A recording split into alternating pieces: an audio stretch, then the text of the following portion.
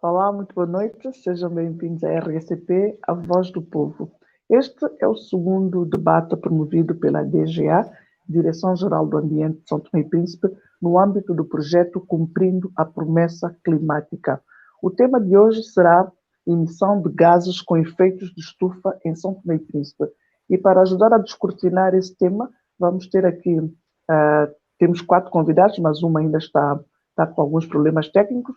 Nós vamos começar com 3 especialistas, que são Arthur Trindade, que é especialista nacional de inventário de gases com efeito de estufa, Maria José de Prazeres, que todos conhecem bem, que é diretora regional do Ambiente e Conservação da Natureza da região autónoma do Príncipe, que está com alguns problemas técnicos e brevemente entrará no ar conosco, o Meyer António, especialista de inventários também de gases com efeito de estufa para o setor das florestas, e Gabriel Maquengo, diretor de energias, especialista também em inventário para o setor da energia. Nós estamos aqui perante 3 especialistas em efeito de estufa. Para começar, eu começava a perguntar à Aires Trindade o que é que faz um especialista de gases com efeitos de estufas em São Tomé e Príncipe. Boa noite a todos. Antes de mais, gostaria de cumprimentar a moderadora deste debate, a senhora Solange, e também cumprimentar os colegas que estão nesse debate, o engenheiro Meyer e o engenheiro Maquengo. E antes disso, gostaria de fazer uma breve apresentação sobre a minha pessoa. Eu sou Arthur Trindade, engenheiro de telecomunicações e eletrônica, trabalho na Autoridade Geral de Regulação, AGER, e sobre a questão das mudanças climáticas, desde 2001, que eu faço parte da equipe dos consultores que trabalha na elaboração de diversos estudos que compõem as comunicações nacionais. Sobretudo o estudo relacionado com o inventário de gases com efeito de estufa, que nos traz aqui hoje. Também tenho participado em outros estudos, como casos de indicação, caso também de elaboração de São Tomé e Príncipe. Sobre a questão que me levanta, o que é que faz um especialista do inventário? De facto, o que nós fazemos é, com base nas recomendações da Convenção, o quadro das Nações Unidas sobre as mudanças climáticas, nós temos que elaborar as comunicações nacionais. O país tem que elaborar a sua comunicação nacional, tendo em conta que assumiu esse compromisso, e para isso existe um estudo dentro dessa comunicação, que é o inventário de gases com efeito de estufa. Os especialistas estão aí para fazer esse inventário, de acordo com as recomendações, com as diretrizes que estão estabelecidas por esta convenção. O que nós fazemos é, com base com o software, nós recolhemos dados da atividade, seja ela do setor de energia, setor de floresta, setor de resíduos, setor de agricultura e pecuária. Recolhemos dados de atividades, no caso de energia seria o combustível que é queimado, né? Esta queima de combustível fóssil, então ela vai emitir os gases com efeito de estufa. Então, com base no software que nós temos à disposição, né, nós calculamos então o inventário, os gases, né, fazemos esse inventário através desse software. E isto é publicado no relatório, né? Esse relatório é integrado nas comunicações nacionais e posteriormente submetido à convenção para ver de facto qual é a emissão do nosso país. Muito bem, muito obrigada, Arthur Trindade. Ainda continuo consigo. A nível mundial, a principal causa das mudanças climáticas, como todos sabemos, é mesmo a emissão de gases com efeito de estufa. Existindo vários tipos desses gases, quais são aqueles que podem hoje considerar-se os mais problemáticos para o nosso caso em particular, em São Tomé e Príncipe? Sim, mas antes de falar desses gases em específico, é bom frisar ou fazer entender às pessoas o que é isto de o efeito de estufa. O efeito de estufa é um fenômeno natural de extrema importância para a existência da vida na Terra. Esse efeito é responsável por manter as temperaturas médias globais, né, evitando que haja grande amplitude térmica e possibilitando o desenvolvimento de seres vivos. É uma coisa normal, natural. Mas, por causa da ação humana ou ação antrópica, né, este efeito, né, a concentração deste efeito tem aumentado muito no planeta. Né? As emissões de gás com efeito de estufa por causa da ação do homem, né, têm provocado alterações climáticas em todo o planeta. Essa grande concentração de gases dificulta que o calor seja devolvido ao espaço, né? E isso faz com que haja um aumento da temperatura do planeta, né? E isto é que depois provoca o aquecimento global e provoca alterações climáticas. Agora, dentro dos gases que estamos a referir, né, que fazem parte dos gases de efeito de estufa, nós podemos mencionar os principais gases, né? Temos o dióxido de carbono, que é o CO2, temos também o CH4, que é o metano, e temos o N2O, que é o óxido nitroso. Esses são os principais gases diretos, né, que é emitido para a atmosfera e faz com que haja essa concentração de efeito de estufa. Também existem outros gases, né, gases diretos, como monóxido de carbono, temos também o gás hidrofluorocarbonos, né? São gases que também fazem com que haja maior concentração desta camada de efeito de estufa. Em caso de São Tomé, os principais gases que nós temos, né, segundo o último inventário, nós temos o gás que mais é emitido a nível do país é o dióxido de carbono, como em qualquer parte do mundo, né, que ocupa cerca de 75% das emissões. De seguida 75%. nós temos 75% das emissões. Depois nós temos, em segundo lugar, temos o metano, né? Temos o metano, que ocupa 13%, e depois também temos o óxido nitroso, que ocupa cerca de 12%. Basicamente, a nossa preocupação versa mais na parte de dióxido de carbono, e as medidas deverão ser centradas no sentido de que possamos, no futuro, né, reduzir este gás, né, como maior emissor do país. Arthur, metano e óxido nitroso vêm de onde? Para quem está em casa e não está muito à vontade com esses dois gases, onde é que se encontra metano? Ou seja, que partícula é que emite metano, por exemplo? O que é que emite metano? Por exemplo, segundo os nossos cálculos que nós fazemos no inventário, existem várias fontes, né? Nós temos fonte de setor de energia, nós temos resíduos, nós temos agricultura, nós temos processos industriais. Basicamente, esses setores todos, elas emitem metano. No caso de queima de combustível, para além de emitir CO2, ela está associada também à emissão de metano. A queima de combustível, por exemplo, caso no transporte ou na geração de eletricidade, ela emite CO2 em maior proporção, mas também emite CH4 como óxido de nitroso. Em caso de resíduos, nós podemos ver que normalmente, se nós vamos depositar o resíduo na lixeira ou num depósito, né, com o andar do tempo, ela vai emitir o metano, né? É uma das fontes de emissão direta do metano. Óxido nitroso, né? Óxido nitroso nós podemos ver na parte da agricultura, né? Os animais, nós utilizamos fertilizantes, né, na agricultura, né? Nós utilizamos o estrume na agricultura, e essa substância, quando são usadas na agricultura, ela, com o andar do tempo, vai libertar o óxido nitroso, que é a maior fonte dessas emissões diretas.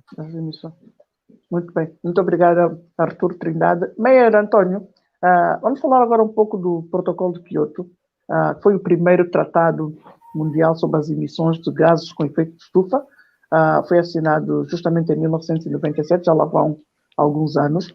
Há um quarto de século, mais precisamente. De lá para cá, o que é que se conseguiu avançar nessa matéria, pelo menos no que toca o controle das emissões? Bom, o Protocolo de Quioto já falou-se no programa passado, não vou aqui repetir, mas é o seguinte: de lá para cá, o que temos feito? Nós começamos a fazer os nossos inventários, como disse o Arthur, e seguindo a metodologia do IPCC. primeiro usava-se de IPCC. E de lá para cá vimos feitos inventários regularmente. Posso dizer que, em termos de emissões, nós temos verificado um aumento de emissões. Pode ser também por causa da metodologia que foi dada, nós estamos com uma metodologia nova, ou pode ser também que realmente houve um aumento das emissões, também com o aumento da população, claro, que vai haver mais atividades, então vai haver um aumento de emissões. E também porque os técnicos foram formados para os inventários. Antes tínhamos uma gama de técnicos de inventários muito baixa, hoje já temos mais técnicos, para além daqueles que começaram a fazer o processo de inventário. Arthur, por exemplo, estava desde o princípio, Makengo e eu entramos praticamente no meio, há 10 anos para cá. Então, temos um grupo de técnicos que também vem sendo formados, então melhora também o processo de elaboração dos inventários. Mas podemos dizer que com o Protocolo de Kyoto, com a necessidade dos países terem que reportar as suas emissões, então os países foram formando pessoas para lidar com a questão das emissões e para calcular as emissões de gases com efeito de estufa. Então, podemos dizer que isso já é uma vantagem. Outra vantagem é que nós conseguimos regularizar em termos dos nossos relatórios que nós fazemos. E temos já vamos para o quarto inventário com gás de efeito de estufa. Então, quer dizer que há uma periodicidade em termos de elaboração dos relatórios. Agora, se perguntarmos se o país tem feito esforços para diminuir para limitar ou diminuir essas emissões de gás com efeito de estufa, podemos dizer que é um sim e um não. Um sim, porque no papel temos feito recomendações para diminuir essas emissões. Mas, na prática, nós não temos ações concretas para diminuir essas emissões. Temos, por exemplo, a iniciativa de diminuir as emissões, por exemplo, do setor de energia. Temos a iniciativa de diminuir as emissões em termos de degradação florestal. Temos a iniciativa de diminuir a utilização de compostos orgânicos, compostos químicos na agricultura, mas, na prática, essas ações não estão sendo ainda concretizadas. Então, podemos dizer que lá para cá, o que tem feito, temos criado condições para aplicar essas medidas que devem contribuir para a redução das emissões, mas ainda não estão completamente implementadas no país. Muito bem, Meia, obrigada. Não sei se o Gabriel Macken quer acrescentar alguma coisa em relação ao protocolo de Kyoto, senão podemos passar à pergunta seguinte, não sei. Obrigado, Solange. Boa noite a todos e a todas. Seria praticamente um pequeno complemento. O que Meia tentou, ou seja, explicou aqui, de uma forma geral, isso inclui para todos os setores, né, intervenientes, no que diz respeito a essas ações ligadas à questão de mudanças climáticas. Desculpa, mudanças climáticas. Nesse sentido, há realmente muito pouca ação visível em termos concretos. O país tem feito, acredito eu, por causa das condições financeiras, né?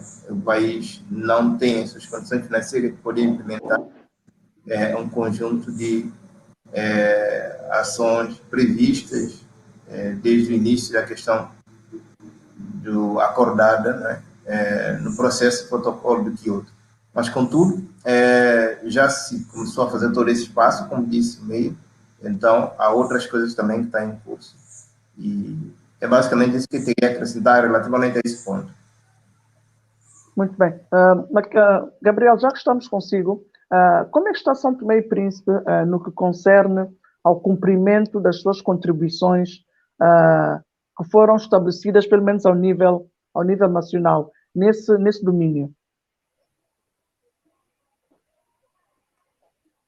Ok. Relativamente ao que foi acordado no Acordo de Paris, não cinge exclusivamente a setor de energia. Quando nós estamos a falar do setor de energia, temos a parte da geração térmica, ou seja, geração de energia elétrica em si, né?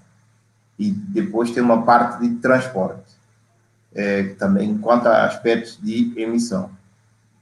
Neste sentido, vou falar exclusivamente da parte da energia, os outros colegas poderão acrescentar de outras partes, no que consta dentro da nossa NDC, que sobretudo, tem muita ênfase para o setor de energia.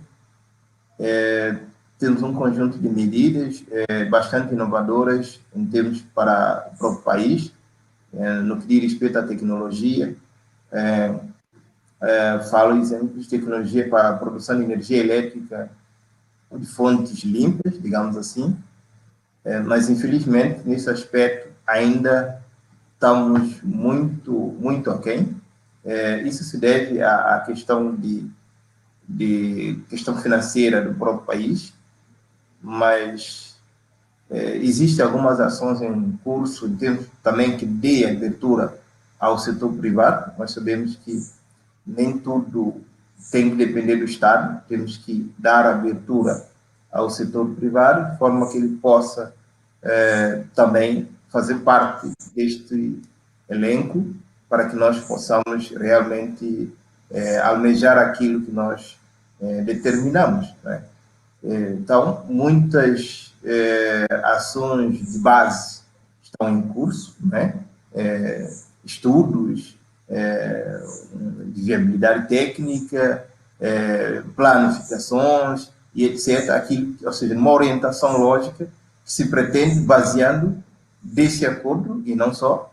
E no que diz respeito a esse acordo que tem um horizonte até 2030 e com sua atualização de rotina, o país, o setor, sobretudo, ainda foi um pouco ambicioso de estender um pouco até 2050 dentro da sua planificação estratégica para que possa atender tanto o setor de energia como transporte, cingindo na parte das energias renováveis, que o país identifica grandes potencialidades que precisam ser exploradas e assim queremos que ela seja na medida do possível, de acordo com a disponibilidade financeira sobre tudo isso e a entrada dos privados. E essa garantia sustenta-se nas questões legais, né, que a nível do próprio setor já se está a estruturar isso para que possa dar uma alicerce à entrada desses privados de modo bastante incentivador. E quem diz energia, diz também lá de transporte, que também temos um horizonte, segundo nossa planificação, de uma entrada de transporte elétrico a partir de 2040, mas antes disso, a própria NDC ela já dá a oportunidade de, digamos, renovar o parque de transporte que nós temos com uma quantidade... Mas Gabriel, sim. Gabriel acredita que em 2040 São Tomé já esteja preparado para receber transportes elétricos com a falta de energia que nós temos mesmo para abastecer as casas? Acha que em relação aos automóveis é um horizonte que se pode almejar, 2040? Sim, eu falo com base nas documentações, nos estudos, né, nas planificações, porque é preciso termos uma meta, se nós não sabemos realmente, nós estimamos um período, um processo, então poderíamos estar como se fosse dar tiro escura cada vez mais, sem saber onde nós queremos realmente atingir, ou seja, o alvo. Então, a documentação nos indica o alvo, assim digo, e deste alvo nós vamos procurar, digo nós, o setor, de um modo transversal, o país como um todo, porque isso interfere em todas as esferas. Então, todos nós, cada um com suas atribuições, iremos procurar fazer com que isso seja real, né? Que aconteça e que assim consigamos fazer. Porque 2040 não é tão longe, mas também não é tão perto. Vou falar um pouco de quase em torno de 19, 18 anos, mas já existem muitas iniciativas que podem ser feitas muito rápido. Nós falamos de energias de fonte renováveis fotovoltaicas. Temos já acordo com alguns produtores independentes, né? Deixa-me só, Gabriel Maquin, deixa-me só colocar aqui uma questão da Nilda Borges da Mata, que ela pergunta se será apenas falta de meios, quer financeiro Ou será também falta de meios a nível de recursos humanos? Quando falava da falta de meios, falta de financiamento e falta de verba, a questão de Anilda prende-se com o facto de querer saber a real questão tem a ver com meios financeiros ou com falta de recursos humanos. Depois o Meyer e o Arthur também podem responder se, já sabem, se acharem necessário, não é? Ok, obrigado, Solange. Esqueci o nome da... Bom, realmente... Nilda Borges da Mata. Ok, Nilda, a pergunta é bastante pertinente e é uma preocupação do setor como um todo, que realmente, se olharmos no sentido lógico do processo, podemos ter mais inovadoras possíveis tecnologias no mundo, se não temos recursos humanos capacitados, preparados no modo geral, para lidar e dar continuidade nesse processo, tudo voltará a zero de novo. É lógico que esses processos todos, tanto da entrada da tecnologia, quanto do recurso humano, a nível de capacitação e etc., tem que ser paralelos, né? Tem que ser paralelos, porque não posso trazer uma coisa para e depois ficar aqui. Vou trazer o homem capacitado, treinado e tudo isso, e de repente a tecnologia pode demorar muito tempo, a circunstância da vida pode levar a outro fator, a outro tipo de vida, e por fim complica um pouco a situação do meu ponto de vista. Esse processo tem que ser paralelo, é o que nós estamos a procurar fazer juntamente com os parceiros, né? Cada vez que nós estamos a preparar as planificações, etc., entra dentro do escopo a questão de formação do pessoal. E o país em si, né, a nível de setor, nós estamos também a tentar, na medida do possível, estruturar o setor de energia. É preciso nós, ainda não estamos estruturados 100%, do meu ponto de vista, nós estamos a estruturar, estamos a organizar, já temos um documento, podemos dizer assim, que um documento orientador que realmente defina o papel principal, ou seja, de cada instituição dentro do setor de energia, de modo transversal. Então, essas apropriações têm que ser a mais alto nível, desde o topo até a classe mais baixa, e de forma que é um exemplo, sobretudo, que já existe em outros países. Nós não estamos a inventar nada, só precisamos apropriar isso e adaptar a nossa realidade e a forma como fazer isso. Isso inclui, logicamente, o recurso humano capacitado. Muito obrigada. Arthur Trindade, em relação ao Acordo de Paris, acha que o país, segundo os dados que tem, acha que o país está a conseguir cumprir a sua parte para atingir as metas previstas, assinadas, preconizadas pelo Acordo de Paris? Bom, é prematuro nós dizermos que o país já está a cumprir, né? Nós temos, o prazo de implementação da NDC de São Tomé e Príncipe, ou em qualquer país, é de 2020 a 2030. Né? E na nossa quase NDC, a 2030. Sim, não, falta muito ainda. Falta muito, faltam 6 anos. 8 anos, 8, quase 9 anos. 8, sim, sim. Nós definimos a nossa NDC, né? Que a nossa NDC é um compromisso do país, mas é um compromisso condicionado, né? Nós só podemos implementar a NDC se o país receber apoio externo, porque o país, de acordo com neste mesmo relatório, na sua parte, no seu capítulo de circunstâncias nacionais, o país não tem condições, né, para implementar os projetos que visam, ou as medidas que visam reduzir os gases com efeito de estufa. Nesse sentido aqui, nós Arthur, quando fala de condições, são sempre meios financeiros, correto? Meios financeiros é a componente fundamental. Mas também tem o meio tecnológico, que é a transferência de tecnologia. São Tomé e Príncipe não tem tecnologia, terá que importar essa tecnologia. E também a questão de reforço da capacidade humana, né? Para lidarmos com essa nova tecnologia. Imagina, vem o painel solar, nossos técnicos estão preparados para implementar esse projeto, né? É preciso capacitar os quadros, né, para implementar o projeto. E com isto, né, ao implementar o projeto, nós estamos a reduzir o gás com efeito de estufa.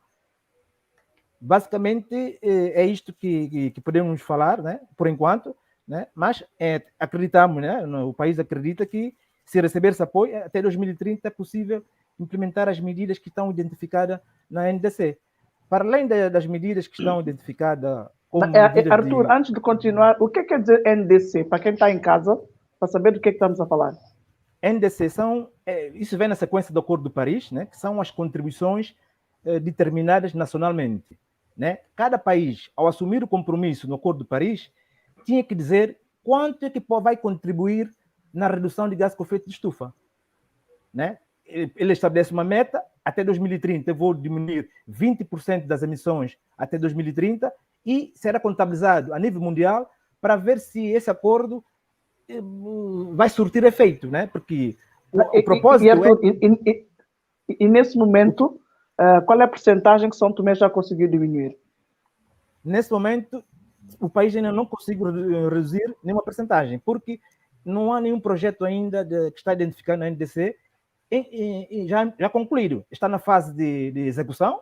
O engenheiro o engenheiro Makengo poderá depois falar em pormenores sobre essa questão. São vários projetos de energia renováveis, né, que estão em curso. O governo já assinou contratos e assim que esses projetos estiverem concluídos ou implementados, a partir daí sim podemos contabilizar quanto é que o país já reduziu, né? Isso é possível com questão do MRV, né, que é verificação e controle das emissões. A partir daí vamos saber qual é a percentagem que o país reduziu. E acreditamos, se nós implementarmos todas essas medidas até 2030, né, o país sim cumprirá com o que está, com as metas que foi definida dentro das NDC. Muito bem. Meyer, queres acrescentar? Mais um, queres acrescentar? Sim, também em termos de setor florestal, nós definimos na nossa NDC que é reduzir o abate ilegal de árvores até 15%. Porque quando se elaborou a NDC, estimou-se que estaria por volta de 85% o abate ilegal de árvores. E uma das metas foi, até 2030, reduzir esse abate para menos de 15%. Até então, não conseguimos fazer isso, mas há também outros aspectos. Por exemplo, que era desenvolver um programa nacional de restauração florestal e paisagística, um programa nacional de manejo sustentável de florestas até 2025. E isso achamos que podemos fazer porque já existe uma perspectiva de elaboração. Já temos elaborado o Plano Nacional de Restauração Florestal e Paisagística, que só falta ultimar fazer alguns acertos dos comentários que nós recebemos para submeter ao governo. Temos também previsto para o próximo ano elaborar o Plano Florestal Nacional e também a legislação que apoia, que suporta a implementação do plano de restauração, e também com o Plano Nacional. Por isso, pensamos que até 2025 podemos cumprir aquela meta que é ter uma série de políticas que apoiem a diminuição de emissões por desflorestação. Mas a parte que tem a ver com redução de abate ilegal de árvores, ainda vamos ver como vamos fazer isso, porque precisa de um empenho não só da instituição responsável pela floresta, que é a Direção de Floresta, mas para toda a população deve contribuir para a emissão, para a redução de abate ilegal de árvores. Com a atualização da NDC, que foi submetida agora em Escócia, a nova NDC atualizada, então condensou-se todas essas medidas que estavam na NDC anterior do setor de floresta em um grande programa, que é um programa de desenvolvimento e implementação de um programa nacional de manejo sustentável de ecossistemas florestais e agroflorestal até 2025, com ênfase na silvicultura resiliente à seca, redução de abate ilegal de árvores e gestão das áreas protegidas.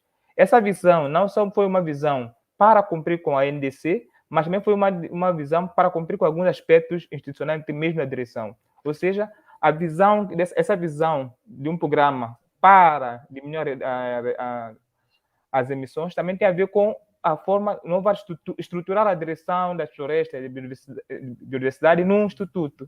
Isso também irá contribuir para cumprir com essas metas que estão aqui estabelecidas, que foi atualizada neste ano 2021. Por isso, como em termos política, está-se a fazer uma série de políticas, tanto no setor, como disse o Makengo, da energia, no setor de floresta, tem-se feito a elaboração das políticas que podem se cumprir até 2025. Agora, vamos depois de 2025, que é mais ou menos uma data intermédia entre a primeira NDC e a NDC atualizada, avaliar com o MRV que disse o Arthur, como têm sido as emissões de 2025, talvez possamos melhorar ou ter novas atitudes perante o resultado que vamos ter. Mas, nesse momento, há uma perspectiva positiva e que está a fazer o possível para cumprir algumas metas que estão na NDC. Mas eu gostaria também de acrescentar que a NDC é uma coisa do país, não é uma coisa do clima, é uma coisa do país, e cabe às instituições assumirem, por exemplo, as competências em termos da implementação da NDC e transmitir essa NDC sempre nos seus planos e programas setoriais. E também falta ao governo, eu digo assim em termos geral, no plano de desenvolvimento nacional, ter essas medidas que estão na NDC dentro dos planos de desenvolvimento nacional. E aí sim é mais uma questão de ver com a direção de planeamento que elabora o plano nacional, como incluir todas essas medidas que estão cá, que são compromissos assumidos pelo país para cumprirmos com essa meta até 2030. Mas como nós dissemos também, são metas condicionadas. Primeiro, no setor de floresta já tem financiamento para muitas das metas que estão cá estabelecidas. Felizmente, temos financiamento. Agora, temos que ver como negociar esses financiamentos para que chegue a instituições que realmente vão implementar essas medidas. Muitas vezes chega esse financiamento e não vão às instituições que devem implementar medidas. Vão para outras instituições que depois não vemos o resultado prático de todas essas ações. E Meia, nesse momento, quais são as principais dificuldades que se colocam à redução da emissão de gases com efeito estufa em São Tomé? Bom, eu vou falar mais no setor florestal, porque é onde eu praticamente desenvolvi o inventário, porque eu faço inventário do setor FOLU, que para quem não sabe, FOLU quer dizer que é floresta e outro uso de solo. Então, esse é o setor onde eu trabalho em termos de inventário. A FOLU, podem ver no documento a FOLU, mas A é a agricultura e já tem outros especialistas que trabalham na agricultura e pecuária. E nós trabalhamos mais no setor de floresta e outro uso de solo. Quais são os maiores problemas dentro desse setor em termos de emissões? O maior problema tem a ver com o abate ilegal de árvores. Sempre que abatemos uma árvore, vamos emitir dióxido de carbono. Porque as árvores sequestram carbono não só quando ela está de pé, mas também quando ela corta, pode também permitir a emissão de carbono que está no solo. Então, ao abater uma árvore, então estamos a condicionar também a sequestração de carbono por essa árvore. E se nós falamos de uma floresta, então é maior ainda. Depois tem a ver também com a expansão da agricultura em grande escala. Nós, quando derrubamos uma floresta, para pormos lá outro tipo de ocupação do solo, quando eu falo de ocupação do solo, quer dizer que é aquilo que existe dentro de um espaço determinado. Ou é floresta, ou é agricultura, ou é urbanização, ou é pecuária. Então, isso é um tipo de ocupação de solo. Quando nós cortamos floresta e pomos outro tipo de ocupação de solo, então vamos diminuir a nossa capacidade de sequestração e vamos aumentar as emissões. Então, esse é um dos grandes problemas que nós podemos fazer agricultura, mas fazer uma agricultura que diminua, que não converta muito a floresta no outro tipo de ocupação de solo. Depois, outras questões que já falei, que é a exploração descontrolada de florestas e abate ilegal de árvores, já falei disso. E outra também que nós não damos muita importância, mas que tem contribuído muito, é a urbanização descontrolada. Urbanização descontrolada, não é? Sim, ou seja, não há um plano urbanístico determinado em que as pessoas que sabemos que vamos abrir essa área, que já é de exploração também, mas é uma coisa mais controlada. E vamos implementar lá a urbanização, mas não. As pessoas dentro das zonas agrícolas, dentro da florestal, vão abrindo clareiras e vão implementando casas. E quando eu falo casa, não são casas habitacional, também tem resort, tem agricultura, tem centros turísticos, ou seja, tudo isso muitas vezes não cumprindo com o plano estabelecido. Então, quando isso for dessa forma, podemos aumentar o nível das emissões. E isso são as três maiores causas em termos primeiro para o setor florestal. Outros setores, como disse, eu estou mais centrado no setor florestal, pode ser que os outros colegas falam de outros setores, mas primeiro no setor florestal são essas três grandes causas. Há outras causas que são menores, por exemplo, produção de carvão, mas está dentro também do abate ilegal de árvores. Então, mais ou menos, são essas causas mais importantes. E também poderia dizer que uma causa indireta é a autoridade do Estado. Porque se houvesse a autoridade do Estado, as pessoas não iam, por exemplo, abater ilegalmente. A pessoa não ia construir uma casa dentro de uma floresta. Há uma metodologia sempre, só vai para uma floresta ou para uma zona agrícola, abate, faz casa, depois pede a legalização. E legaliza-se essa casa. Alguém vai para uma área que é floresta, abate árvores, planta lá e depois vão dar um título de posse a pessoa para plantar. Ou seja, estamos a legalizar a ilegalidade. E isso tem contribuído para a diminuição na capacidade de sequestro de carbono do país e também para o aumento das emissões. Eu tinha aqui uma pergunta, não sei se vocês conseguem responder. Tem a ver com o roteiro para a sustentabilidade carbônica da Ilha do Príncipe. Estávamos à espera de ter aqui a Maria de Prazer, mas ela não está. Não sei se um de vocês, o Gabriel, ou o Arthur, ou o Meyer, se têm dados para poder responder a essa questão. Era no sentido de tentar saber qual é a relevância que esse roteiro tem, não é? Quem é que quer arriscar, tendo em conta que não é da sua área? Ok. Obrigado, Solange. Relativamente a esse roteiro, pelas informações obtidas, e sobretudo esse roteiro tem uma capacidade rápida de obter essas informações no site. Eu vou cingir exclusivamente onde eu mais prestei atenção, na perspectiva no horizonte Príncipe 2030, ver o melhor comportamento possível para que o Príncipe consiga, a nossa ilha irmã consiga ter um bom resultado, sobretudo respeitando o que encontra-se dentro dela, que é a reserva da biosfera que ela é, para que, ou seja, polua-se mais e defina-se mais em termos de qualidade de energia e a sustentabilidade energética, sobretudo, num horizonte até 2030, até que combina, sobretudo, com os conteúdos da NDC, claro, a NDC é nacional. Então, é basicamente essa parte aqui que eu foquei só no aspecto de energia, lá descreve como é que é o comportamento de energia nesse processo todo, do intervalo, etc. Tudo isso é um roteiro, não é? E explica mais ou menos o que se pretende fazer com determinadas etapas do ano, se não estou no erro, até 2030.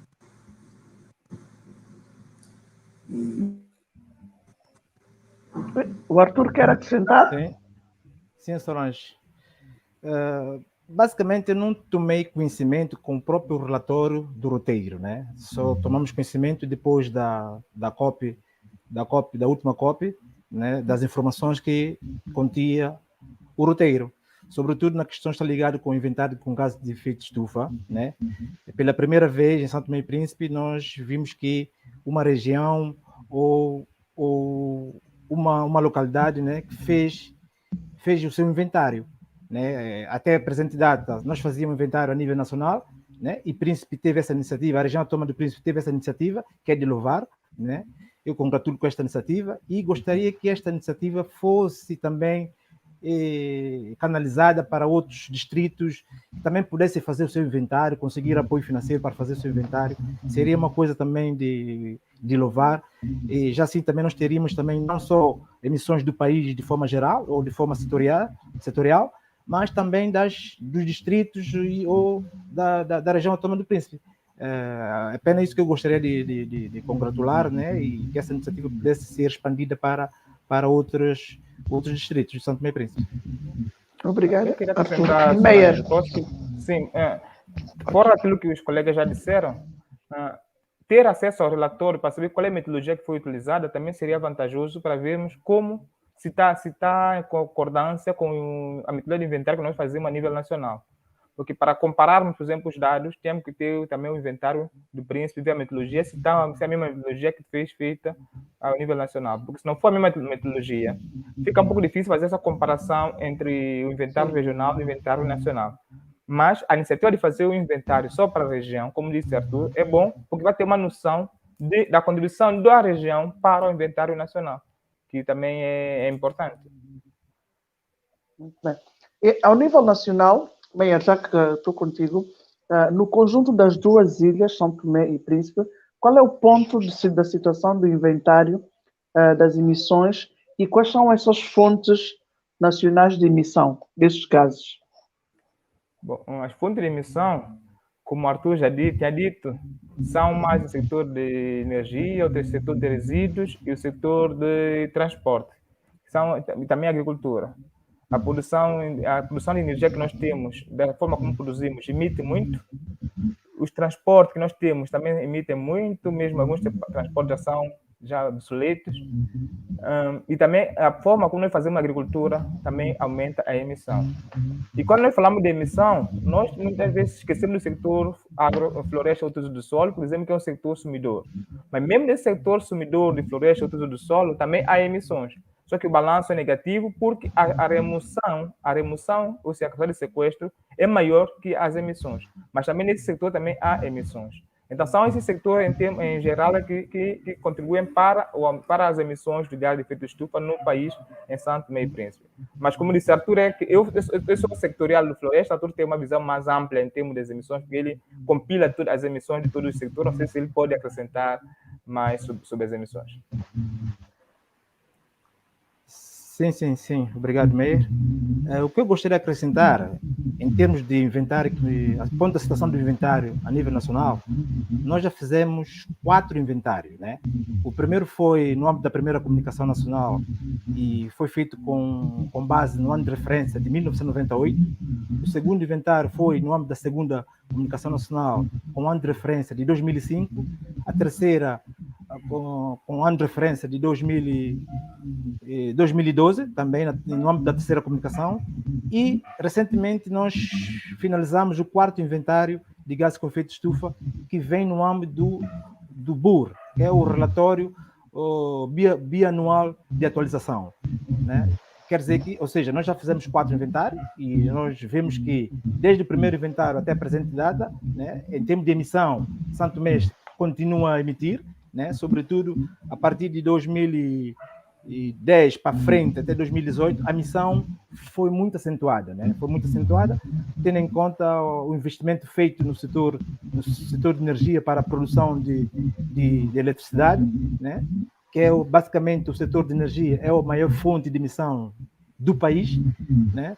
E também dizer que o 4º inventário vem na questão do BUR, e nesse momento ainda não foi submetido para a convenção. Os 3 primeiros, no âmbito das primeiras comunicações nacional, já foram submetidos à convenção, à Secretaria da Convenção, e já estão publicados no site da convenção, e esperemos que muito em breve possamos concluir definitivamente o BUR, e será submetido em 2022, né? Porque ela deve ser submetido com diferença de 4 anos com o ano de referência do inventário, que foi 2018.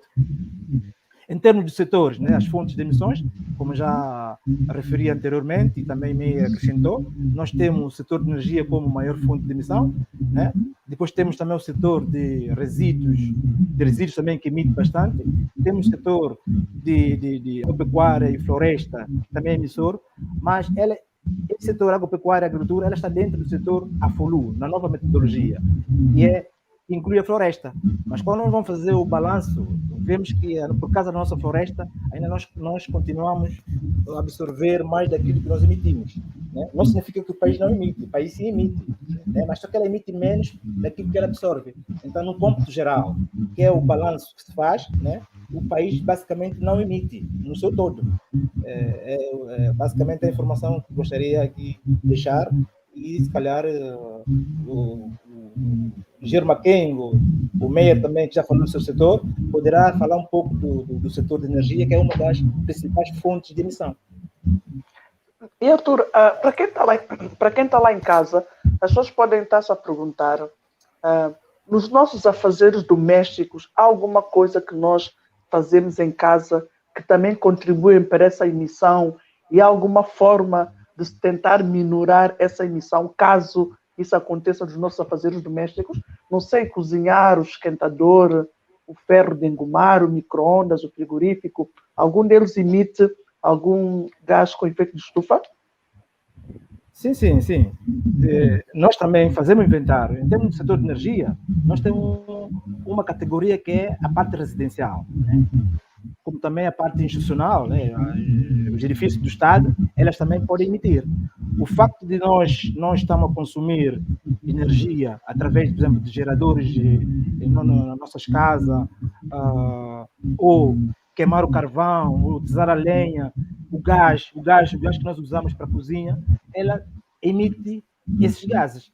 Né? E se nós mudarmos a prática, muitas vezes, da forma de como nós vivemos, podemos contribuir na redução de gases com efeito de estufa. Por exemplo, não é a mesma coisa quem cozinha lenha, que emite muito mais, e quem passa a cozinhar com gás, ou quem cozinha petróleo e passa a cozinhar com gás.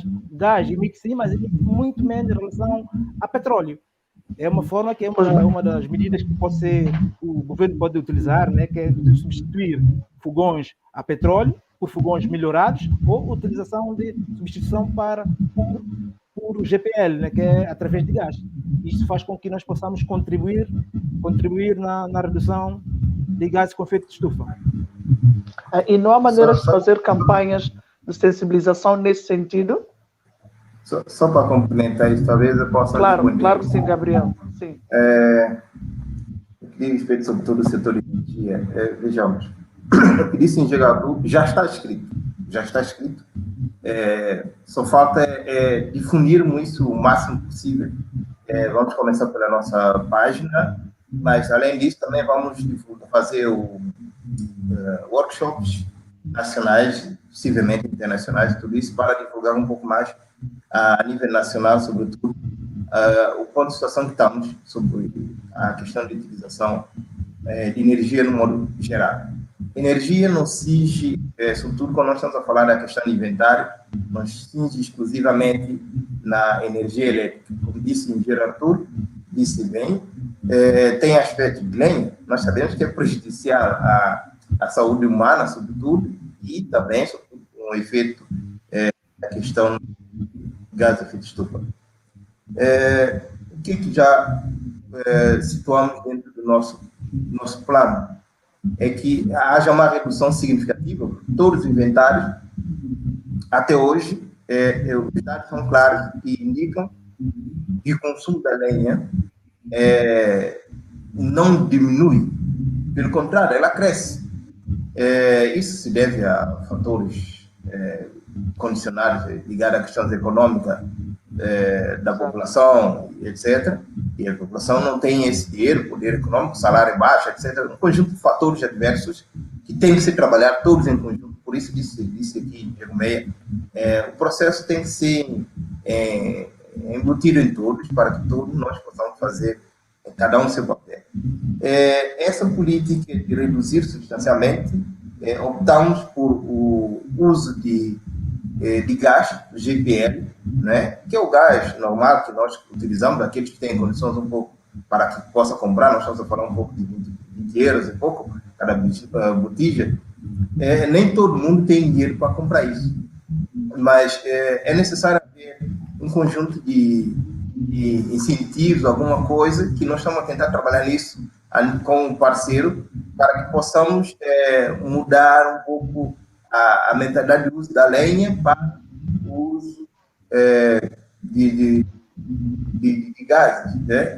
Estamos a preparar um processo com um horizonte também, sobretudo até 2030, na primeira fase, até 2050, na segunda fase. Bom, esse processo é necessário para que nós possamos fazer tudo isso. Portanto, nisso, o setor de energia também tem aspecto importante que a população em casa pode fazer. Independentemente de lenha, como eu falei, que ela pode comprar a questão de um fogão quase melhorado. Digamos, aquele fogão, em vez de usar pedra de 3 lenhas, ou seja, fogão de 3 pedras e gastar um conjunto de lenha, que também emite também, possa comprar um fogão melhorado, ou um pouco aquele fogareiro de carvão, e também reduz um pouco, ou seja, concentrar todo o lume debaixo da panela. Né? Assim teremos ganho e até cozinha, a comida é mais rápida e etc. Acredito eu. No que diz respeito à energia, o uso dos eletrodomésticos. Né? No modo geral, o uso da energia elétrica tem que ser racionalizado. Né? Por exemplo, se eu não estou no quarto, eu apago as luzes. Quando digo eu, a criança, estou o utilizador. Né? Se eu vou engomar, eu não vou engomar por dentro cada dia uma peça de roupa, porque se tu prefere engomar ar-condicionado, são equipamentos eletrônicos que consomem muita energia. Então, existe, a primeira coisa de início é a compra do mesmo. Mas quando se vai à loja, os mais baratos são mais consumidores. Normalmente, é outra política que tratar nisso, em termos de etiquetagem, que a Direção de Energia está trabalhando nesse processo. Está em curso com uma consultoria para podermos ver como começar a sanar esse tipo de coisa junto ao setor comercial. Nós sabemos que nem todo mundo tem dinheiro para comprar isso, mas há alguma coisa que tem que começar a fazer. Esses equipamentos diferem como. Se vou engomar, eu não preciso engomar, como eu disse, cada dia uma peça. Posso definir um período para engomar um conjunto de peças, porque quando o ferro aquece, ele leva a uma determinada temperatura, que nesse período que ele está quente, ele não precisa consumir até os ferros modernos. Eles têm a tecnologia interna que termostato, que deixa de consumir um determinado período de temperatura. Uma determinada temperatura ele deixa de consumir. Mas se eu faço isso em cada peça de roupa, eu vou consumir muito. Então, são coisas de uso doméstico, que, sobretudo em casa, que são também consumidores significativos. Nosso sistema de consumo de energia elétrica, o maior consumidor são residenciais. Por isso ele aparece significativamente no nosso dado do inventário, a identificar esses dados.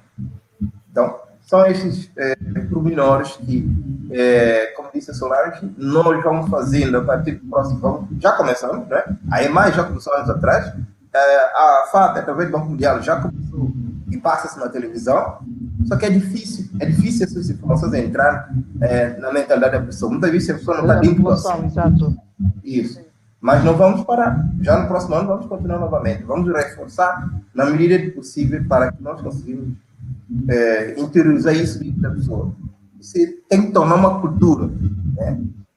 Porque nós não conseguimos fazer aqui em nossa casa, eu digo São Tomé e Príncipe. Mas quando nós estamos fora de São Tomé e Príncipe, nós conseguimos fazer. Porque começa a pesar no bolso. Exatamente. A questão financeira acaba por pesar muito. Eu queria acrescentar também, por exemplo, falamos de energia, não é só, como disse Makengo, não é só energia elétrica, também a energia de biocombustível. Por exemplo, lenha e carvão também é fonte de energia para a cozinha. Se nós termos, em vez de nós usarmos fogão, como disse Makengo, de 3 macucu, como pode ser, dizer assim, ou esse carvão, esse fogão que nós usamos normal, e usamos um fogão melhorado, que consome menos lenha, seremos a contribuir também para a diminuição das emissões. Por exemplo, se nós usamos 10 pedaços de lenha para fazer uma refeição, e temos um fogão que nos põe só a usar 5 ou 3 pedaços de lenha, então estaríamos a diminuir a quantidade de lenha que vamos buscar nas florestas, estaríamos a diminuir a desflorestação, estaríamos também a diminuir as emissões de gases com efeito de estufa. Por isso também estamos a trabalhar no âmbito de um projeto TRI, que é Projeto de Extração Florestal e Paisagística. A ONG Marapa apresentou um projeto que foi ganho para a implementação de fogões melhorados, piloto, uma iniciativa piloto de fogão melhorado. Vamos ver como vai funcionar e se tiver bom resultado, essa iniciativa será expandida para todo o país. Então, a iniciativa já no sentido de ter atitudes que possam melhorar, para diminuir o consumo. Porque assim, falamos de mudanças climáticas, como é que nós podemos evitar muitas emissões? É simplesmente diminuir o consumo. Se nós diminuirmos o consumo, então vamos também contribuir para a diminuição das emissões de gás com efeito de estufa. Vamos contribuir para atingir as metas que nós estabelecemos nas nossas NDCs. Nós achamos que são coisas muito difíceis de fazer. Não, o fato de, por exemplo, fechar uma torneira quando estamos a sair de casa de banho, de apagar a luz, como disse o Maquinho, apagar as luzes, de nós guardarmos nossos resíduos. Nós achamos que não, mas os resíduos também emitem muito. E ou seja, de gás resíduos temos controle suficiente. Mas quando referes a resíduo, é lixo, não é? Estou a falar de lixo. Sim, o lixo contra o lixo. Porque o lixo pode também ser separado e reutilizado. Mas quando ele é misturado e não tem essa separação, emite uma conjunto de gases que não... Sim. Mas mesmo que as pessoas separassem o lixo, como se faz aqui, não é? Que é o saco amarelo, o saco azul para o cartão, o amarelo para plástico e o lixo doméstico, onde é que depois esse lixo iria ser depositado? Nós não temos temos uma lixeira onde se põe tudo, inclusive põe-se lixo hospitalar altamente contagioso. Sim, tem razão. Bom, eu acho que também há um problema de energia, porque vi que Arthur saiu. Então, é um dos problemas que nós temos, uma das metas, né? Para a questão das emissões. Também a falta de energia também vai contribuir para alguns aspectos, porque nós também podemos apostar muito na utilização de fogões elétricos também. Pode diminuir o uso de fogões a petróleo e carvão. Pois, mas a questão é... Mas a questão é... Mas Meia, espera, vamos só fazer um intervalo. Temos que fazer agora um intervalo curto, 30 segundos, e já voltamos. Depois continuamos, está bem? 30 segundos e já voltamos. Não salvou, não vi nossa vida. Somos formas e cores, aves e flores. Somos harmonia. Somos formas e cores, aves e flores. Não salvou, não salvou, não salvou, não salvou, não salvou.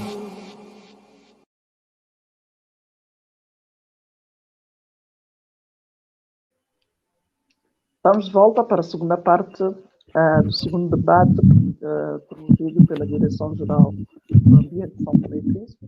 O tema de hoje é emissão de gases com efeito de estufa em São Tomé e Príncipe. Temos aqui como convidados Arthur Trindade, Meyer António e Gabriel Maquengo. Infelizmente, a Maria José dos Prazeres, diretora regional do Ambiente, não pôde estar presente por questões técnicas. Meyer, podes continuar?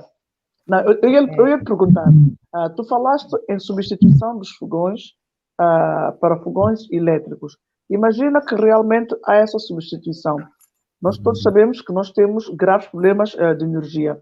Se esses fogões se estragarem, quem é que se responsabiliza? Serão os próprios utentes? Será que o Estado vai... Porque é um risco. Eu percebo que também pode ser um fator para a diminuição dos gases com efeito de estufa, mas é um risco para os utentes. Bom, eu ia dizer, pode ser uma alternativa, mas também, enquanto nós resolvemos um problema de energia, há muitas outras questões que ficam pendentes. Depois, não só a energia, mas a forma de produção de energia. Porque a forma como nós produzimos também, emitimos bastante. Então, temos que melhorar a forma de produção de energia. Embora estar aqui um especialista na área, pode dar mais detalhes. E também podemos diminuir em termos... Porque quando usamos um fogão elétrico, em termos para a saúde, é menos prejudicial que um fogão a lenha. Dentro desse fumo que tem por implicação de saúde. E nós fazemos os cálculos, sai muito mais caro, aquele preço barato, do que outra medida. Por isso, há, como eu disse, fogões melhorados, são fogões, mesmo a lenha, pobres, que é feito com material pobre, podemos dizer assim, barato, mas que reduz a quantidade de lenha que é utilizada nesse fogão e também reduz a quantidade de fumo que é produzido nesse fogão. Então, e também não suja tanta panela como esse fogão que nós falamos de 3 macucu. Então, é uma tecnologia barata, mas que eficiente, que pode dar resposta nos países em que as pessoas têm menos recursos. Por isso, temos que combinar todo tipo de tecnologia possível para ver se nós conseguimos diminuir as emissões, adaptando cada nicho da população às suas condições técnicas, às suas condições em termos financeiras, em termos de seu rendimento e localidade também não está inserida, para nós não perdermos. Eu posso dizer, nós falamos de carvão, que é um dos emissores também, mas qualquer santomense gosta de um bom grelhado. Então, não podemos limitar a pessoa de comer o seu grelhado, mas temos que procurar formas de termos fornos mais ecológicos que possam produzir carvão, diminuindo a quantidade de madeira que é utilizada para a produção desse carvão. Então, podemos continuar a fazer a mesma coisa, mas buscar tecnologia que diminua o impacto negativo ao ambiente e as emissões que possam haver. Só que fazer um reparo. Claro que sim. Muito rápido aquilo, basicamente, Meia disse. A Solange até colocou a questão do fogão elétrico. É preciso termos muito cuidado em que cenário nós estamos. Né?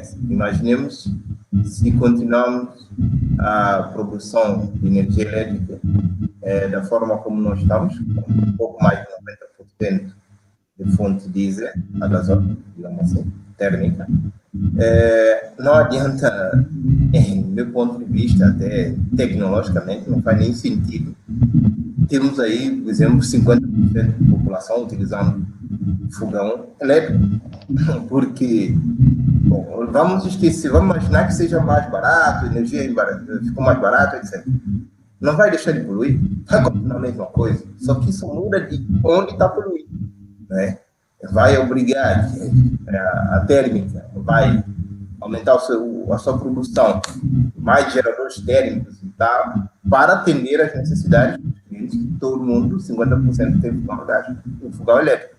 Por isso, o fogão elétrico e outras medidas parecidas como essa tem que andar em paralelo com outras tecnologias para a produção de energia elétrica. Nós temos que encarar as coisas como uma coisa muito séria, né? Não é que o mundo fora está a fazer e nós não conseguimos fazer. Não. São coisas que são possíveis, mas nós temos que acreditar. Depois de acreditar, temos que procurar saber como fazer, né? É claro que tudo é preciso dinheiro, nós sabemos. Mas todo mundo chora que não há dinheiro, mas diz que há uma oportunidade, a gente consegue saber que os nossos voos conseguem ter 100 pessoas no voo, o número vai crescer, mas nem todo mundo tem dinheiro, mas ele consegue dinheiro de uma alternativa a outra. Bom, endividado, etc. Mas não quer entrar nesse cenário. Mas eu quero dizer que, primeiramente, já demos o primeiro passo, digamos assim, que é elaborar esses planos. E o país tem que adotar planos que é de modo transversal, a questão de produção, como disse o Meyer, carvão, a utilização de outra tecnologia, fogão melhorado, fogão elétrico, tudo isso está escrito. Nós iremos, como eu disse, publicar essas documentações o mais rápido possível para que todos tenham processo. Já está terminado, foi aprovado pelos stakeholders nacionais, etc. Analisaram os documentos e deram seus contributos. E lá está claro, mas esse documento tem que ser apropriado a nível nacional, sobretudo o setor de energia. Não podemos escrever, está bonito. Amanhã vem um grupo de pessoas, de um grupo nacionais, dirigentes ou etc. E pode dizer que aquilo não serve, né? Eu não estou dizendo em termos de questão, olhando no horizonte de questão política ou não, mas olhando em termos de horizonte de talvez não vou com a cara de alguém, ou coisa assim, e não vou adotar isso, que talvez não serve. Se não serve, vamos melhorar o documento, não precisa ignorar na totalidade. Logicamente tem alguma coisa que presta. Então, é preciso esse documento tornar um decreto-lei para que ele seja apropriado, porque, baseado numa questão anterior, fica a Terra Solar ao meio. Ele responder bem no âmbito do seu setor. No que diz respeito ao setor de energia, é preciso nós sabermos realmente o que nós não conseguimos reduzir substancialmente. Sabemos que antes da década 80, já era o sentido do gráfico era contrário. A maioria da nossa produção elétrica, de energia elétrica, era hídrica.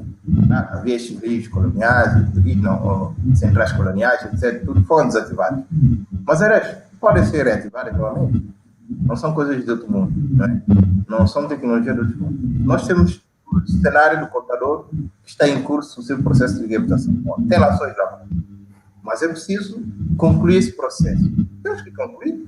E quando nós vamos concluir esse processo, assim, vai ter um ganho de aquilo que consta na NDC, a redução substancialmente da emissão disso. Ou seja, essa central aumenta, a sua capacidade vai reduzir a produção térmica, né? Isso tudo vai reduzir o gasto no bolso do país, na compra de gasóleo, um custo exagerado. Há outras tecnologias que o próprio país pode adotar, que também está escrito nessa documentação. Não temos só olhando na energia limpa no modo geral, hídrica, biomassa, ou mesmo solar, etc. Temos tecnologias térmicas que não são a esse tipo de combustível, são mais baratos e menos poluentes. E nós podemos falar mesmo da característica GPL. Se há lacunas, etc. Mas é preciso ver. Se colocarmos obstáculos nisso, não vale a pena nem pensar. Temos que começar a pensar por que outros pensam, a dizer que eles são melhores que nós. Aí entra, né, a questão do recurso humano. É preciso nós temos todo o recurso humano, tudo aqui preparado, depois agora dizer, vamos pensar o que a gente quer. Acha que o país não sabe o que quer? Todo mundo chora do tema que tem de energia e etc, mas não sabe o que quer. Não sabe onde começar por qual solução. Claro, se nós não temos dinheiro, vamos abrir, preparar setor privado, que investe, dá emprego, um conjunto de coisas que acontecem. Como ganha? É claro que existe controle, etc. Porque não tem uma reguladora. Ela vai regular, fazer seu papel. E cada um fazer seu papel. Nós vamos ter que atender essas metas que a NDC não tem nenhum problema. E até podemos ser mais ambiciosos. E eu passo já a dizer, na nossa equipe fomos muito mais ambiciosos, colocamos 68% de redução até 2030. Ou seja, de energia renovável pela nossa matriz. 68%. Parece uma coisa muito absurda, mas não é. Porque a construção de centrais no horizonte bastante agressivo, no bom sentido. Em um ano tem central construída, uma central, um ano, 2 anos tem uma central de 5, 10 megawatts construída. É claro que temos que ver a questão sazonal, clima, etc. Mas tudo isso é controlado. Né? Controlado, quando eu digo assim, não posso, a potência dada é pico, mas não significa que eu vou ter um pico. Né? Tem momento que tem sol, tem momento que não tem sol, é tudo isso. E quando tem armazenamento, a bateria, jornal. Hoje, teve uma delegação, eu digo hoje, recentemente, há uma semana atrás, teve uma delegação belga em São Tomé, em São Tomé, na direção de energia, apresentou uma tecnologia inovadora e vão construir essa central como processo piloto em São Tomé, como donativo 100% do governo belga, na comunidade de Santa Clara. Para quando? O processo, acreditamos que já começou todo o processo burocrático, combinou com a visita deles a terreno, e já no próximo ano, vamos contar todo o processo burocrático, a não ser que o governo diga, pronto, ele não tem tempo para assinar o documento, pronto, aqui vai demorar mais anos. Tudo depende de vontade política. Né? Quando nós formos dinâmicos, olhando todos os aspectos benéficos, não travar o processo, acho que não andar. E acredito toda a meta até o junho, julho do próximo ano. Temos a central construída. É uma central construída em 6 meses, máximo. Meyer, há aqui uma questão que é da descarbonização da economia. O que é que isso quer dizer? Descarbonização da economia. Porque parece que há algumas vozes que falam sobre essa ideia em São Tomé. Antes de mais saber o que é isso, e depois também tentar saber se essa ideia é concretizável no nosso país. Bom, em termos resumidos, é uma tecnologia, é uma expressão que quer dizer que podemos desenvolver a economia sem emitir muitos gases. É o que posso dizer às pessoas em termos gerais, o que é isso? Descarbonização da economia. Principalmente dióxido de carbono, ou seja, podemos ter a nossas indústrias, podemos ter a nossa produção energética, podemos ter todo o nosso processo industrial e econômico com menos emissões de gases com efeito de estufa, especialmente o gás de dióxido de carbono. Então, nós a fazermos isso, continuamos nosso processo de desenvolvimento econômico, mas com um cuidado de não emitir gases com efeito de estufa, além daquilo que já está estabelecido. Se eu, por exemplo, estou a produzir energia e o país, imagina, o país emite cerca de, vamos por um exemplo, 600 toneladas de dióxido de carbono equivalente, eu a ter uma nova indústria, eu não posso ultrapassar essa meta que já existe no país. Então, seria como uma forma de descarbonizar a economia, ou seja, é todo o processo que eu tenho na minha empresa para reduzir as emissões. Se eu na minha empresa eu tenho uma produção de, vamos dizer, de tinta, e emite muitos gases, eu vou procurar toda a forma possível de diminuir essa emissão de gases para contribuir com o país, para as metas que o país estabeleceu em termos de redução das emissões. É isso que tem que ser feito. Em termos geral, quase todo o nosso, vamos dizer, nosso centro, nós temos muita parte, em termos turísticos, por exemplo, muitas nossas atividades turísticas têm uma emissão de gases muito baixa.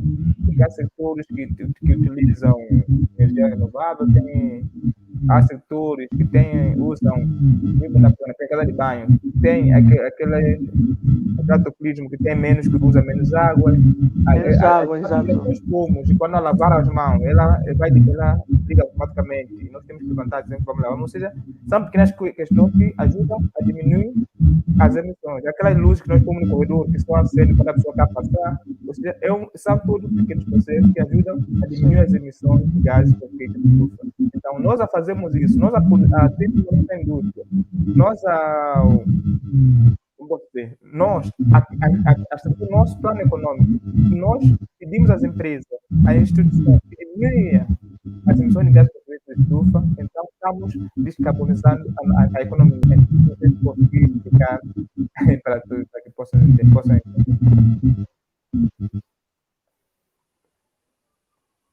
Meyer ficou sem. Sim? Podes continuar, Meyer. Perdemos. Não, senão eu já tenho terminado. Mas eu comecei resumindo. É todo o processo de desenvolvimento que se faz e que tentamos diminuir as emissões de gases de efeito de estufa. Então, estamos descarbonizando a economia. Ou seja, vamos apostar na economia, desenvolvimento econômico, mas também pensando na diminuição de gases de efeito de estufa. Nós, por exemplo, nesse momento, temos que produzir energia, temos que aumentar a nossa produção elétrica. Mas nós sabemos aumento da produção elétrica, diminuindo as emissões no setor de energia, então estamos descarbonizando a economia. Eu vou abrir uma estação turística, mas se eu vou abrir uma estação turística e procurar para que ela não contribua para a emissão de gases de efeito de estufa, nos setores florestais, por exemplo, dos setores, então isso tudo contribui para descarbonizar a economia. É mais ou menos isso que a tecnologia quer dizer. Muito bem, muito obrigado. O Gabriel Maquem quer acrescentar alguma coisa? Sim, nesse processo todo que o Meia falou e disse bem, queríamos, o país fica com um ganho de respeito a um saldo, digamos assim, um saldo carbônico. Isso se idealiza no processo e, por entender essa questão, economicamente, reverter esse ganho carbônico em dinheiro para o país, né? Que significaria entraríamos no mercado carbônico, né? Onde nós estaríamos a vender a nossa capacidade consumidora, digamos assim, quanto menos conseguimos emitir, então isso tem que haver contrapartida e, logicamente, deve ser revertido em monetário, dinheiro fisicamente para o país. Então, é um processo que a própria Direção de Energia está a tentar fazer, não é fácil, já existia um mecanismo antes, é preciso vermos realmente as lacunas que aconteceram, que fez com que não se andou para frente. Então, é basicamente isso que eu teria a acrescentar e é uma oportunidade que já é praticada nos outros países, mas por isso não seria possível fazer isso. É preciso saber quais são os mecanismos reais, como reverter essa oportunidade. Como se viu claramente, o país emite sim, mas ainda é de característica consumidora. Então, nesse sentido, tem que haver uma contrapartida para tudo isso. Muito obrigado. Meyer, este ano houve um jovem são tomense, que é o Adler Frota, não é? Que ganhou uma das medalhas de mérito científico. Ele tem uma dissertação que foi desenvolvida no âmbito do seu mestrado integrado em energia e ambiente. De que forma é que esses jovens, que são nossos jovens talentos, têm sido integrados ou não na definição dessa implementação dessas estratégias nacionais? Bom, essa é uma questão que eu vou deixar para quem me dá mais conhecimento, que como eu fiz trabalho no setor de energia, mas em termos globais, posso dizer, e vou dizer mais para o meu setor, no setor de floresta e outro de solo, nós temos tentado chamar alguns jovens para trabalhar conosco, para conhecer mais a questão climática e para conhecer a contribuição do setor florestal nas ações climáticas. Porque nós, nesse momento, como outros países têm figuras jovens emblemáticas na questão climática, em São Tomé e Príncipe ainda não existe essas figuras jovens emblemáticas na questão climática. esse jovem, por exemplo, fez o teu trabalho no mestrado, né? E muitas vezes pode ter um trabalho muito bom e pode contribuir para o país. E vir passando para o país com vontade de fazer, de implementar aquilo que aprendeu. Mas depois ele vem aqui e pode encontrar uma barreira. A primeira barreira que ele vai encontrar é enquadrá-lo no setor público, por exemplo. É uma barreira, primeiro eu falo mais no meu setor, enquadrar jovens no setor público. Porque quase nunca há vagas nunca há vagas. Nós preferimos renovar com quem já está na reforma do que enquadrar um novo jovem que pode trazer novas ideias para nós. Quando nós podíamos utilizar os mais velhos como consultores, como painelistas para formar esses jovens, nós bloqueamos pagamento desses jovens para não entrar na administração pública nos setores que necessitam desses jovens. No setor privado não há grande abertura para muitos jovens que trazem ideias novas. Em termos de empreendedorismo, ele pode encontrar, talvez, muita possibilidade de empreendedorismo, mas não tem meio financeiro para desenvolver essas ideias. Porque são ideias que levam tempo para serem concretizadas. Então, eu não sei no âmbito que está sendo feita sua dissertação, mas eu falo mais do meu setor. É difícil, por exemplo, os jovens entrarem porque não há muita abertura. E quando há abertura, eles não ficam muito tempo porque, por exemplo, o setor floresta, nós chamamos alguns jovens, colaboram conosco, mas depois ele precisa de comer, ele precisa de deslocar, ele precisa de comprar algumas coisas para si. E não temos como pagar esses jovens. E depois eles vão vergar por outros setores que podem dar mais dinheiro e não estão muito ligados à questão climática, embora tudo está ligado à questão climática, mas que eles depois como por um país, podem perder especialistas que têm domínio na matéria, porque eles depois vão para outras áreas que podem dar rendimento para as suas necessidades diárias. Então, nesse momento, temos esse problema, mas há cada vez mais interesse de jovens para a área ambiental e climática. Só que falta abertura para que eles possam exercer essa vontade que eles têm. Mas como é um setor, ele fez mais no setor de energia, não sei se Maquembo tem algo para falar sobre isso.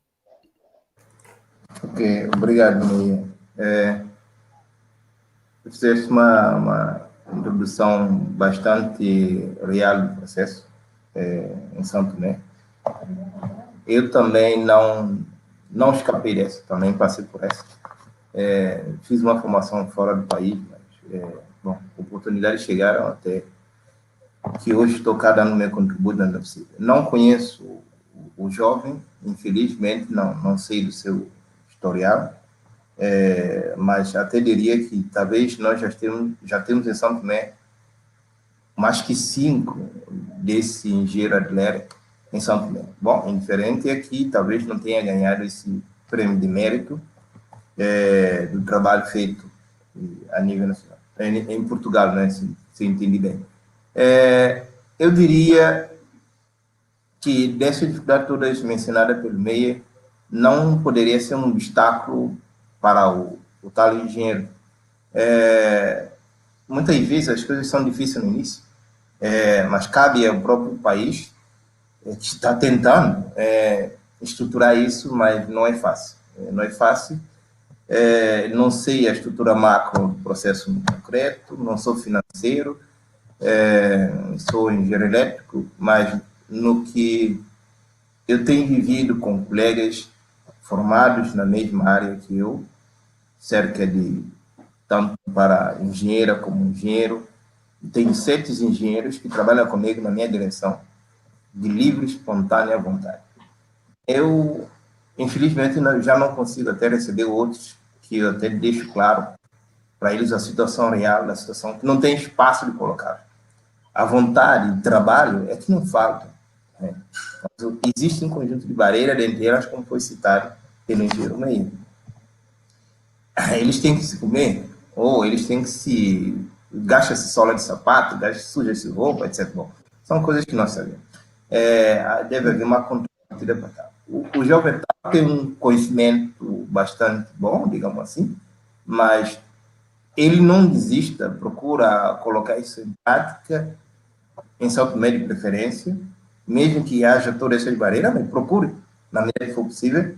Se não conseguir, mesmo que seja fora de São Tomé, façam. Não deixe a sua inteligência, não deixa todo o seu know-how ficar para trás, só porque essa razão A ou B ou C. Do meu ponto de vista, as dificuldades já foram espelhadas pelo meio. O que podemos fazer do meu lado, talvez ficar para trocar experiência. Então, é o que eu teria que acrescentar. Não sei, não li a dissertação, não sei, mas quem sabe poderia apropriar um pouco mais. Estou aberto a qualquer contribuição do lado dele. Obrigado. Obrigado. Temos aqui já estamos também já na reta final do programa, temos aqui uma questão que é da Nilda Borges, mais uma vez agradecer a participação dela, hoje ela está muito ativa, agradecer a participação. É quando se falava em sensibilização da população para fontes alternativas, por exemplo, na questão da cozinha.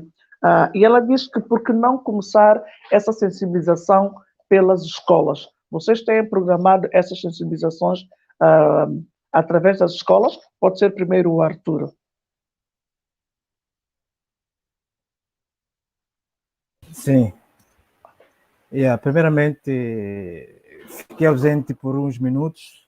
A minha internet fixa em casa, não sei o que aconteceu, deve ser problema da operadora. Sim. Então, tive que ficar ausente por este tempo. Pela questão que coloca a senhora Nilde Borges, em termos daquilo que são as nossas atividades como consultores, especialistas, nós não estamos aqui para responder a essa questão, né? De toda forma, nós trabalhamos, ou existem estudos de mitigação, está espelhado também, talvez, na nossa NDC, essa questão de sensibilização. Em Santo Tomé e Príncipe não é uma questão tão simples. Quer mesmo financeiro, né? Para nós podermos fazer esta sensibilização como se deve ser, né? De facto, concordo também com a Nilde que essa sensibilização pode ser feita também a partir das escolas, poderão levar para seus pais, que muitas vezes são analfabetos, coisa parecida, né? Mas também uma sensibilização a nível em parceria com as ONG, a sociedade civil, vai ajudar muito também para que as pessoas possam mudar de mentalidade quanto à utilização por exemplo, de fogões melhorados ou mudança de comportamento, no sentido de haver uma melhor contribuição naquilo que é emissão de gases com efeito de estufa, né? Sobretudo na parte de redução. Eu acho que são coisas que já estão no estudo, estão em programas, e é preciso encontrar financiamento para nós desenvolver esses programas a nível nacional, a nível escolar, e a outros níveis, a nível político, que é fundamental, né? Muitas vezes a nível dos seminários que nós fazemos entre técnicos e partes interessadas, e vemos muito pouco a envolvência da parte política. E é preciso que a parte política também esteja presente em termos de programas de sensibilização a nível nacional. Obrigado. Obrigado, Arthur. Meyer, o Arthur falou aqui de meios financeiros para fazer essas campanhas. Mas para fazer uma campanha de sensibilização nas escolas é preciso meios. Não se pode, por exemplo, dar formação aos professores para eles depois sensibilizarem as crianças, fazerem campanhas através da Rádio Nacional e através da televisão, que são meios de comunicação social nacionais, não é? Que pertencem ao Estado. Não haveria maneiras de fazer parcerias sem que isso envolvesse grandes verbas? Está sem som. Já. Se nós entrarmos na rádio e na televisão, realmente envolve grandes verbas. Porque fazer uma campanha, um programa na rádio e na televisão, tem custos, mesmo mínimo, mas tem custos da produção. Então, isso acho que envolve um pouco verba. E nem sempre temos verba para isso. Nas escolas, também envolve verba, porque para nós formarmos professores, temos que comprar os materiais, temos que deslocar até a escola, ou temos que fazer com que as pessoas desloquem até o local de formação. Então, a questão do transporte, não é? Sim, isso tudo tem custo. Agora, dizer que se o país, pelas verbas que existem nos programas, nos projetos de mudanças climáticas, eu vou dar exemplo no setor de floresta e uso do solo. Se essa verba existente não daria para fazer esses trabalhos, sim daria. Mas o problema é que muitas vezes as verbas não estão nas instituições que querem fazer essas atividades. estão nas outras instituições que fazem suas atividades determinadas e não sempre de acordo com aquilo que as instituições estatais querem. Embora o direito muitas vezes venha em nome do país, mas esse valor é utilizado como essas outras instituições querem. E nem sempre é a favor de mudanças climáticas e nessa sensibilização. Mas eu falo como consultor, como especialista, também como técnico da direção de floresta, nesse caso agora, embora não fui mandatado para falar como técnico da direção, mas vou aproveitar para falar. Nós temos feito trabalho de sensibilização na escola, temos previsto para o próximo ano, a partir de janeiro, começar uma série de trabalhos de sensibilização. Nós temos um programa, uma campanha que chamamos No Saubo, até passou aqui no intervalo, sim. Que tem a ver, que também tenta falar com as pessoas sobre a importância das florestas, nas mudanças climáticas em outros aspectos. Ou seja, temos tentado fazer essa atividade. Nem sempre passa, porque também os professores têm um programa a cumprir, principalmente professores primários, têm muita tarefa, nem sei como eles conseguem cumprir com o programa, com tudo isso que eles fazem e com tanto aluno que eles têm. Então, mas são ideias que nós temos, vamos levar. E talvez nós muitas vezes focamos muito na questão florestal para outros usos, não na importância como um sector para a redução das emissões. Talvez possamos no futuro focar também muito na questão da floresta como consumidor de carbono. Então, é algo também que Nilo tem razão, nós podemos desenvolver. Mas a sensibilização sim está prevista sempre e vamos continuar a fazer. E como disse Arthur também, nos relatórios, na GNDC, tudo também tem a ver com uma parte que tem a ver com sensibilização. Porque sem sensibilização não podemos desenvolver nada. Mas a mais importante que a sensibilização da massa, da população em geral, a sensibilização dos decisores. Porque quem assina muitos projetos que não contempla a parte da sensibilização, não somos nós técnicos especialistas, são os decisores que assinam esses projetos. E muitas das vezes, mesmo com um parecer negativo dos consultores, dos especialistas, dizendo que não podemos assinar isso sem esse ou aquele aspecto, os decisores acabam assinando. E depois, no momento de implementação, temos problemas no momento de implementação. Porque muitas vezes a decisão política é superior à decisão técnica, que prevê aquilo que pode passar no futuro se nós não tomarmos essa ou aquela atitude. E depois, no momento que nós tivemos a implementar, é que vamos ver que não foi um erro e já está assinado. E já está com o compromisso assumido. Então, a verba não falta. É a distribuição dessa verba. Ok, obrigada, Meyer. Já na reta final, Gabriel Maquengo, que consideração você quer deixar? Não sei se quer deixar algum apelo à população, algum apelo às instituições, aos governantes, aos decisores, em relação a essa questão de emissão de gases com efeito de estufa. Se puder ser sucinto, 3 minutinhos, porque temos mesmo que terminar. Ok. Obrigado, Solange. O que eu gostaria de deixar bem claro é que todos nós, no que diz respeito à questão de emissão de gases de efeito de estufa, sobretudo o setor de energia, que, digamos assim, é o maior vilão da história, entre aspas, que tomemos a consciência do que é necessário. Até como foi dito na última questão, por que não começar nas escolas? Bom, só para dizer que, na verdade, já se começou pelas escolas, e depois há continuidade de outro meio pela rádio e televisão, né, um programa feito através com financiamento do Banco Mundial, etc. Aqueles bonecos passam na TV, a falar as centrais, economizar, etc. Não é fácil. Não é fácil isso ser interiorizado a curto tempo, por isso tem que se continuar a fazer mais, e isso se dá a consciência de eficiência energética. Nós falamos disso, isso também correlaciona com o aspecto ligado a trocas de lâmpadas mais eficientes, ou seja, usar lâmpadas mais eficientes. Sim. Isso tudo até pesa menos no seu bolso financeiramente. E no que diz respeito à racionalização da lenha, utilizar a lenha com a maior eficiência possível, não aglomerar gás, queimar um conjunto de lenhas, emitir mais, etc., tudo isso. Ou seja, todas essas ações todos esses resultados, tudo indicados, apresentados, como disse aqui os painelistas de modo geral, são causas antrópicas, somos nós. Somos nós que estamos a fazer isso. Não é nenhum extraterrestre, ninguém está vindo nada a fazer nada. Somos nós mesmos. Então, mas se somos nós, então nós mesmos podemos disciplinar-nos.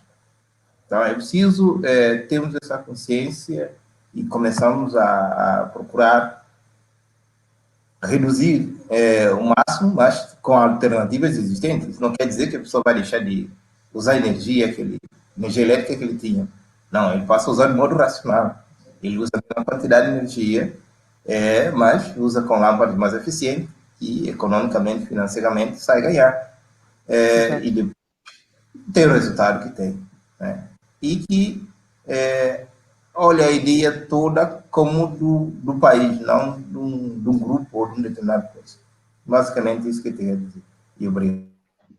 Obrigado eu também, muito obrigado ao Gabriel Maquin, muito obrigado ao Arthur Trindade, ao Meyer Antônio. Foi com muita pena que não conseguimos ter Maria dos Prazeres, por questões técnicas, não consegui estar presente. Como sabem, esse foi o segundo debate promovido pela Direção-Geral do Ambiente. Em janeiro, certo, Meyer? Estaremos juntos para o terceiro e último debate que tem a ver com as questões do ambiente no nosso país, correto? Sim, em janeiro vamos ter o terceiro debate. Acho que vão pôr-se outros panelistas, então em janeiro nos vemos e falamos do outro tema, relacionado com as emissões de gases com efeito de estufa e também com a promessa climática. Exatamente. Muito obrigada aos três. Já não vamos falar antes do Natal. Espero que tenham um santo e feliz Natal, que tenham um ano novo muito próspero. Esses votos também são extensíveis a todos os que nos acompanham no Perguntas Incômodas e não só, e em todos os programas da RSCP. Tenham um santo Natal, comam um pouco, divirtam-se muito. E nós temos marcado um encontro no próximo sábado para mais uma edição do Perguntas Incômodas. Fiquem bem. Um beijinho. Ok, obrigado. Até já. Obrigado, nós. Não Obrigado. salvou, não viu essa vida. Somos formas e cores, aves e flores. Somos harmonia. Somos formas e cores, aves e flores. Não salvou, não salvou, não salvou. Não salvou, não salvou.